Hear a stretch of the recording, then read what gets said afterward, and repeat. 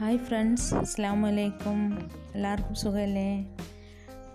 ഇന്ന് ഞാനിവിടെ വന്നിരിക്കുന്നത് ഒരു സാമ്പാർ റെസിപ്പിയുടെ കാര്യങ്ങളൊക്കെ പറയാനാണ്. സാമ്പാർ ഉണ്ടാക്കുന്നതും അതിൻ്റെ കാര്യങ്ങളൊക്കെ പറഞ്ഞു തരാനാണ് കേട്ടോ.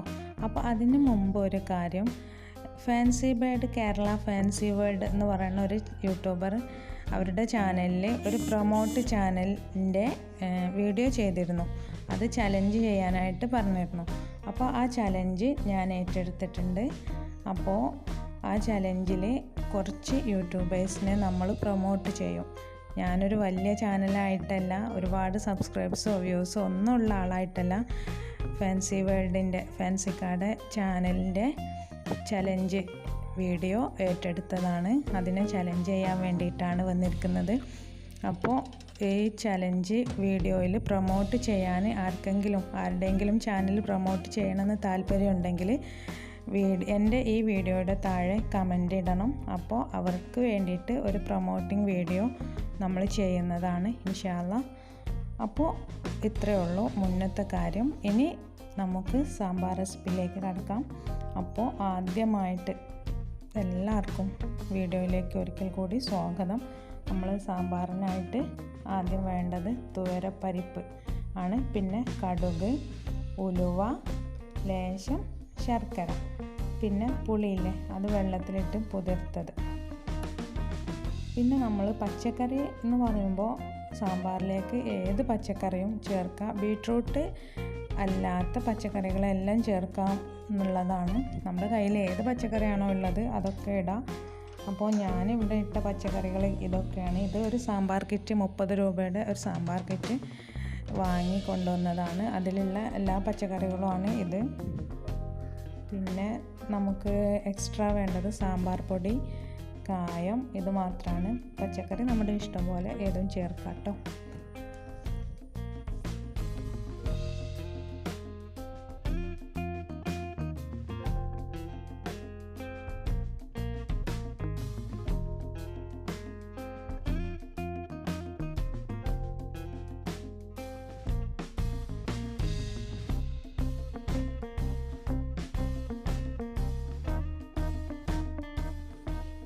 എനിക്ക് സാമ്പാർ ഉണ്ടാക്കുന്നതിനേക്കാളും അത് കൂട്ടുന്നതിനേക്കാളും ഇഷ്ടം അതിനുള്ള പച്ചക്കറികൾ കട്ട് ചെയ്യുന്നതാണ്. എല്ലാം നല്ല ഭംഗിയായിട്ട് ഇങ്ങനെ നമ്മൾ ഒരേ ഷേപ്പിലൊക്കെ കട്ട് ചെയ്ത് വെക്കുന്നത് കാണാൻ തന്നെ ഒരു ഭംഗിയാണല്ലോ. ഇപ്പോൾ ഇത് കണ്ടില്ലേ, ഒരു ഇഷ്ടമുള്ളൊരു ജോലിയാണ് പച്ചക്കറി കട്ട് ചെയ്യുക എന്നുള്ളത്.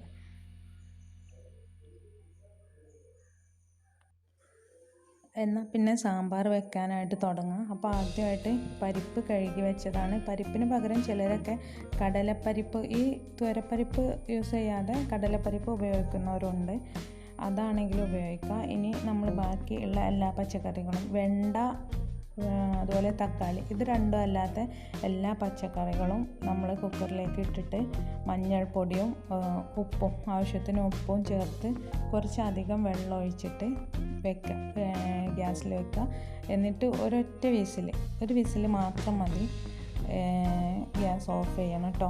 എന്നാലത് ഞാനത് അടുപ്പത്ത് വെച്ചിട്ടുണ്ട്, കുക്കർ.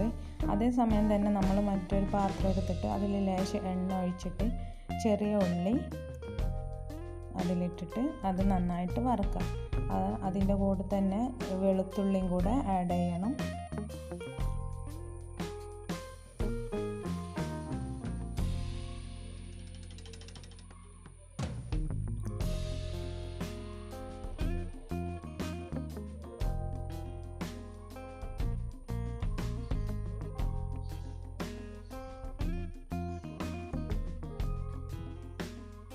വെളുത്തുള്ളി ചേർത്ത് കൊടുക്കാം.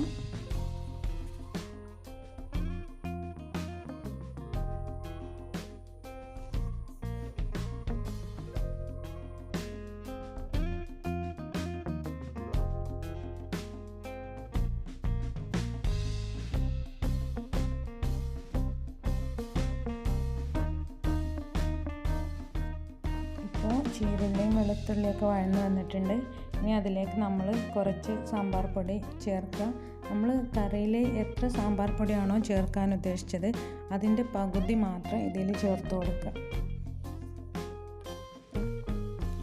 അതിൻ്റെ കൂടെ നമ്മൾ അത് നന്നായി മിക്സ് ചെയ്തുകൊണ്ടിരിക്കണം.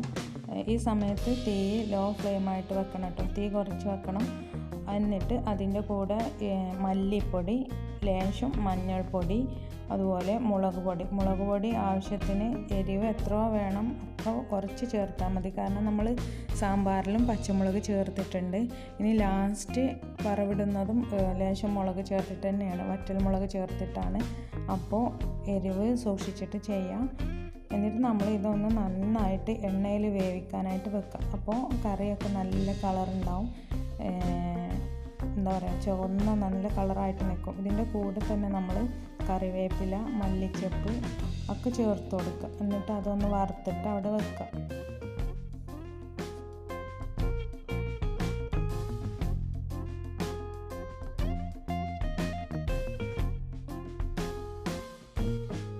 അപ്പോഴേക്കും നമ്മുടെ സാമ്പാർ ഒരൊറ്റ വിസിൽ, കഷ്ണങ്ങളൊക്കെ ഒരു വിസിലിട്ടിട്ടുണ്ട് കുക്കർ. എന്നിട്ട് നമ്മൾ അതെടുത്തിട്ട് ഈ വറവില്ലേ നമ്മളുണ്ടാക്കി വെച്ച ആ വറവ് അത് കുക്കറിലേക്ക് ഒഴിച്ചു കൊടുക്കുകയാണ് വേണ്ടത്. ഇനി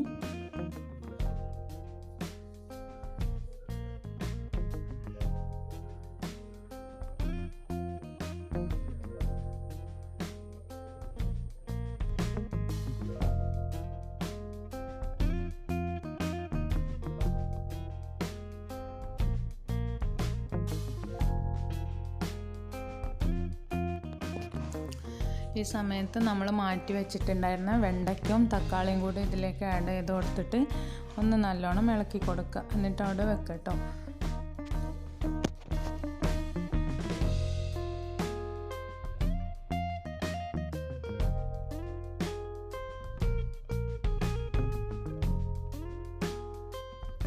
ഇനി നമ്മൾ സാമ്പാർ വറവിടാൻ പോവാണ്. അപ്പോൾ അതിനായിട്ട് ഒരു ചട്ടി അടുപ്പത്ത് വെക്കുക. അതിൽ ലേശം ഓയിൽ ഒഴിച്ച് കൊടുത്തിട്ട് ഓയിൽ ചൂടായി വരുമ്പോൾ നമ്മൾ അതിലേക്ക് കടുക് ഇട്ട് കൊടുക്കുക.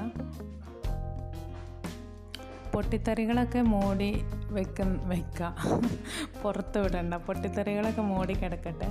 അപ്പോൾ ഒരു പാത്രം എടുത്ത് അടച്ചു പിടിച്ചാൽ പൊട്ടിത്തെറി കുറയുമെന്ന് വെച്ചിട്ടാണ് ഇതുപോലെ ചെയ്യുന്നത്. പിന്നെ നമ്മൾ എന്താ ചെയ്യുന്നതെന്ന് വെച്ചാൽ ഇതിലേക്ക് ഇനി ചേർക്കാൻ പോകുന്നത് ഉലുവയാണ്. ഉലുവപ്പൊടി ചേർക്കും ചിലർ. ഉലുവ പൊടിച്ചെടുത്തിട്ട് വറുത്ത് പൊടിച്ച ഉലുവയുടെ പൊടി ചിലർ സാമ്പാറിൽ നേരിട്ട് ചേർക്കാറുണ്ട്. അപ്പോൾ അങ്ങനെ വേണേലും ചെയ്യാം, ഇങ്ങനെയും ചെയ്യാം. ഉലുവ ചേർത്തിട്ട് ഇതുപോലെ ഞാൻ അടച്ചു വയ്ക്കാറാണ് സാധാരണ പതിവ്, കാരണം പൊട്ടിത്തെറിക്കണ്ട എന്ന് വിചാരിച്ചിട്ടാണ്. ഇനി നമ്മളിലേക്ക് വറ്റൽമുളകാണ് ചേർത്ത് കൊടുക്കേണ്ടത്. എൻ്റെ കയ്യിൽ വറ്റൽമുളക് ഇല്ലാത്ത കാരണം പച്ചമുളക് പഴുത്തതാണ് ഞാൻ ചേർത്ത് കൊടുത്തത്. നിങ്ങളുടെ കയ്യിൽ പച്ചമുളക് അല്ല വറ്റൽമുളക് ഉണ്ടെങ്കിൽ അത് തന്നെ ചേർത്ത് കൊടുക്കുക. അതാണ് സാമ്പാറിൽ കാണാനുള്ള ഭംഗിയും അതാണ്, ഏറ്റവും ടേസ്റ്റും അതാണ്. പക്ഷേ എൻ്റെ കയ്യിൽ ഇപ്പോൾ ഇല്ല, അതുകൊണ്ടാണ് ഞാനിത് ചേർത്ത് കൊടുക്കുന്നത്. അതുപോലെ തന്നെ അതിലേക്ക് മല്ലിയില, കറിവേപ്പില ഒക്കെ ചേർത്ത് കൊടുക്കുക. എന്നിട്ട് നന്നായിട്ട് മൂപ്പിച്ചെടുത്ത്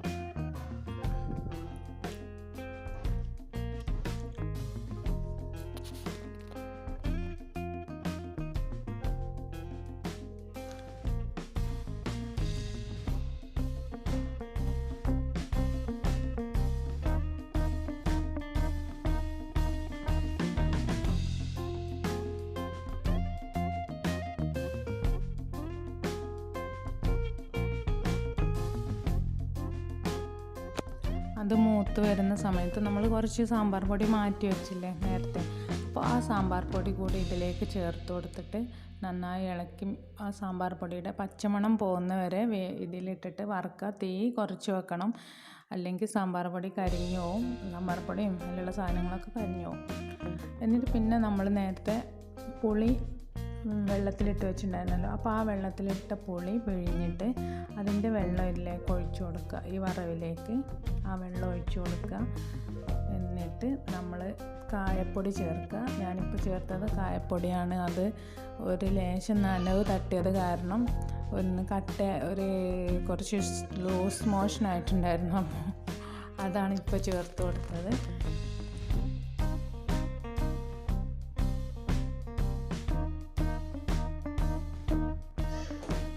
നമ്മൾ ഈ സാമ്പാറിൻ്റെ കഷ്ണങ്ങളിലേക്ക് ആ വറവ് ചേർത്ത് കൊടുക്കുകയാണ് ചെയ്യുന്നത്.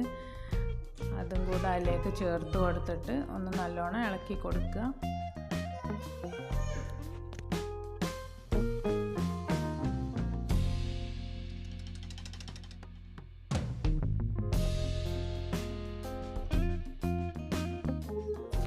കഷ്ണങ്ങളൊക്കെ നല്ലോണം ഒന്ന് ഇളക്കി കൊടുത്തിട്ട് നമ്മളിപ്പോൾ വെണ്ടയും തക്കാളിയും ഇട്ടതിൻ്റെ ശേഷം അടുപ്പിൽ വെച്ചില്ലല്ലോ, അപ്പോൾ അത് വെന്തിട്ടുണ്ടാവില്ല. അപ്പോൾ അതിന് വേണ്ടിയിട്ടും അതിൻ്റെ കറിയിലുള്ള വെള്ളമൊക്കെ കുറുകി പോകാൻ വേണ്ടിയിട്ടും കൂടെ നമ്മളത് അടുപ്പിൽ വെച്ചിട്ട് ഒന്ന് കുറുക്കിയെടുക്കണം. ആ സമയത്ത് നമ്മൾ ലേശം ശർക്കരയും ചേർത്ത് കൊടുക്കുക. എന്നിട്ട് വെള്ളം കുറുകി നല്ല പാകത്തിലാകുമ്പോൾ സാമ്പാർ റെഡിയായി എന്ന് വെക്കുക. എന്നിട്ട് ചൂടാറിയൊക്കെ കഴിഞ്ഞാലാണ് സാമ്പാർ ഏറ്റവും ടേസ്റ്റ്. പിറ്റേ ദിവസം രണ്ടാമത്തെ ദിവസമൊക്കെയാണ് സാമ്പാറിന് ഏറ്റവും ടേസ്റ്റ് കൂടി വരും. ഓൾഡ് ഈസ് ഗോൾഡ് എന്നാണല്ലോ, അതുകൊണ്ടായിരിക്കാം. അപ്പോൾ ഇതാണ് ലാസ്റ്റ് സാമ്പാറിൻ്റെ, ഞാൻ ഉണ്ടാക്കിയ സാമ്പാറിൻ്റെ ലാസ്റ്റ് വ്യൂ ഇതാണ്. ഇങ്ങനെയാണ് ഉള്ളത്. ഇത് എന്തോ ടേസ്റ്റാണ്. 2-3 ദിവസമൊക്കെ കേടാവാതെ നിൽക്കും. മൺപാത്രത്തിലൊക്കെ സൂക്ഷിച്ച് വെച്ചാലും ഫ്രിഡ്ജിൽ വെച്ചാലും മതി. പിന്നെ എന്താ പറയുക, രണ്ടാമത്തെ ദിവസം ആകുമ്പോഴേക്ക് ടേസ്റ്റ് കൂടും. നേരത്തെ പറഞ്ഞതാണ്. അപ്പോൾ ഇത്രയേ ഉള്ളൂ ഇന്നത്തെ സാമ്പാർ റെസിപ്പി. എല്ലാവർക്കും ഇഷ്ടമായിട്ടുണ്ടാവുമെന്ന് കരുതുന്നു. നെക്സ്റ്റ് വീഡിയോയുമായി കാണുന്നത് വരെ ബൈ.